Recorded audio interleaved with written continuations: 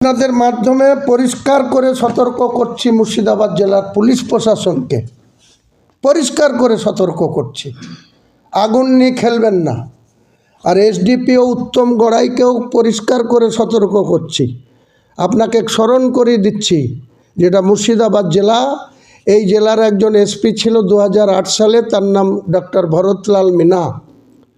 Additional SP ছিল দীপনারায়ণ গোস্বামী, দুজনই IPS ছিল। আপনি তো একটা আইপিএসও নন উত্তম গড়াই। আপনি অনেক দাদাগিরি করে এসছেন ভগবানগোলায়, অনেক লাইফ নষ্ট করে দিয়ে এসছেন। আমি সব আপনার ইতিহাস জানি। এটা বেলডাঙ্গা আর এটা মুর্শিদাবাদ। হুমায়ুন কবিরের সঙ্গে পাঙ্গা নিতে যাবেন না। আপনার মতন এসডিপিও আমি থোড়াই কেয়ার করি না। যেদিন আপনার কলার ধরে নেব সেদিন আপনাকে কলার ছাড়িলেই লোক থাকবে না। আপনি পরিষ্কার বলে দিচ্ছি আপনাকে।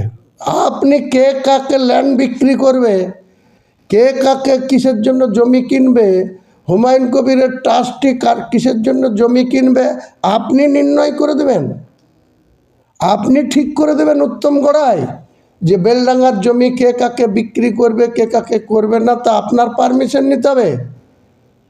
কোথায় ভারতবর্ষের ল্যান্ড আইনে বলা আছে যে ল্যান্ডের ওনার সে কাকে জমি তার কিসের বিনিময়ে বিক্রি করবে, না কোনো ট্রাস্টিকে দান করবে, না কোনো কাজে লাগাবে? দেবত্ব সম্পত্তি হিন্দু সম্প্রদায়ের, তারা কত জায়গায় দান করেছে, কত জায়গায় মন্দির হয়েছে, কত জায়গায় হিন্দু সমাজের কাজে লাগছে। আপনি কার্তিক লড়াইয়ের টাইমে গার্ড দিবেন, সুরক্ষিত রাখবেন। আপনি অন্য কিছু হিন্দু সমাজের যখন অনুষ্ঠান হবে তখন আপনাদের দারুণ সক্রিয়। আর আমি এখানে বাবরি মসজিদে শিলান্যাস করব, যে মুসলিমদের দ্বারা নির্বাচিত সরকার, সেই সরকারের অন্ন খেয়ে, সেই সরকারের গাড়িতে পয়সায় তেল গাড়ি চেপে আপনি মুসলিমদের উপরে ঠিক করে দেবেন যে কে কোথায় মসজিদ করবে, তা আপনি ঠিক করে দেবেন। আর কে কাকে ল্যান্ড দেবে আপনি ঠিক করে দেবেন। চ্যালেঞ্জ থাকলো আমার মুর্শিদাবাদের প্রশাসনকে, 6 তারিখে রেজিনগর থেকে বহরমপুর NH-34 আমার দখলে থাকবে, মুসলিমদের দখলে থাকবে। মুর্শিদাবাদের মুসলিমদের না, রাজ্য মুসলিমদের কত ব্যক্তি এখানে আসবে সেদিন প্রমাণ করব। আপনারা হাতির 5 পা দেখেছেন? মুসলমান ভোট দিয়ে আপনাদের সরকার নির্বাচিত করবে, আর আপনারা RSS এর দালালি করবেন মুর্শিদাবাদ জেলায় বিভিন্ন থানাগুলোতে। আপনারা বিভিন্নভাবে NIA এর ভয় দেখিয়ে যারা বোমের কিছু জানে না তাদের কাছ থেকে বোম সংগ্রহ করে আপনারা বলছেন যে অমুক জায়গায় রেখে দাও, আমরা রিকভারি দেখাবো, দিয়ে মিডিয়াতে দেখাচ্ছেন। আপনারা নিজেরা কাগজে কলমে দেখিয়ে রাজ্যকে ভুল পথে পরিচালনা করছেন, রাজ্যের প্রশাসনকে। মুর্শিদাবাদ জেলা আমরা কারো বিরুদ্ধে কোনো কথা বলতে চাই না। এখানে সাকারাব সরকার বলেছে রাম মন্দির করব, আবার করুক। একটা সাগরদিঘিতে শিলান্যাস করেছে, আমি যখন 2024 সালে বলেছিলাম, তারপরে দেখবেন একজন এসে ওখানে সাগরদিঘিতে একটা রাম মন্দিরের শিলান্যাস করেছে। আমি তো নিষেধ করতে যাইনি, তার বিরোধিতাও করিনি।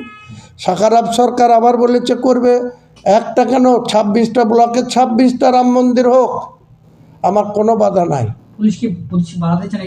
ওই উত্তম গড়াই SDPO বেলডাঙ্গা, সে প্রত্যেকটা যারা জানতে পারছে যে কারো কাছ থেকে আমি ল্যান্ড সংগ্রহ করতে যাচ্ছি বা যেখানে এই অনুষ্ঠানের জায়গা ঠিক করতে যাচ্ছি, সে তাকে দেখে চমকাচ্ছে, তাদের দেখে ধমকাচ্ছে, তাদের দেখে বলছে ল্যান্ড দিতে পাবা না।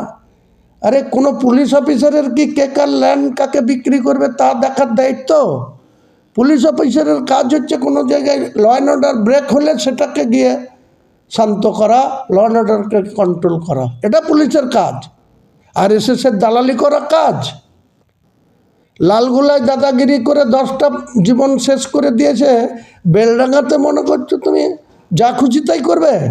একটা ট্রাস্ট তৈরি করা হয়েছে, যে ট্রাস্টটাতে West Bengal Islamic Foundation of India নামে সেই ট্রাস্টের কারা কারা আছে সেটা পেপারস ঘাঁটলে পরবর্তীকালে সবাই পেয়ে যাবে। সেই ট্রাস্টের মেন কর্ণধার আছি আমি, আমার সঙ্গে আরও অনেকে আছে। কারা কারা আছে আগেই বললাম, পেয়ে যাবেন। সেই ট্রাস্টের একটা SBI এ অ্যাকাউন্ট হয়েছে, আর একটা অন্য আদার্স ব্যাংকেও আজকে বা কালকের মধ্যে অ্যাকাউন্ট হয়ে যাবে।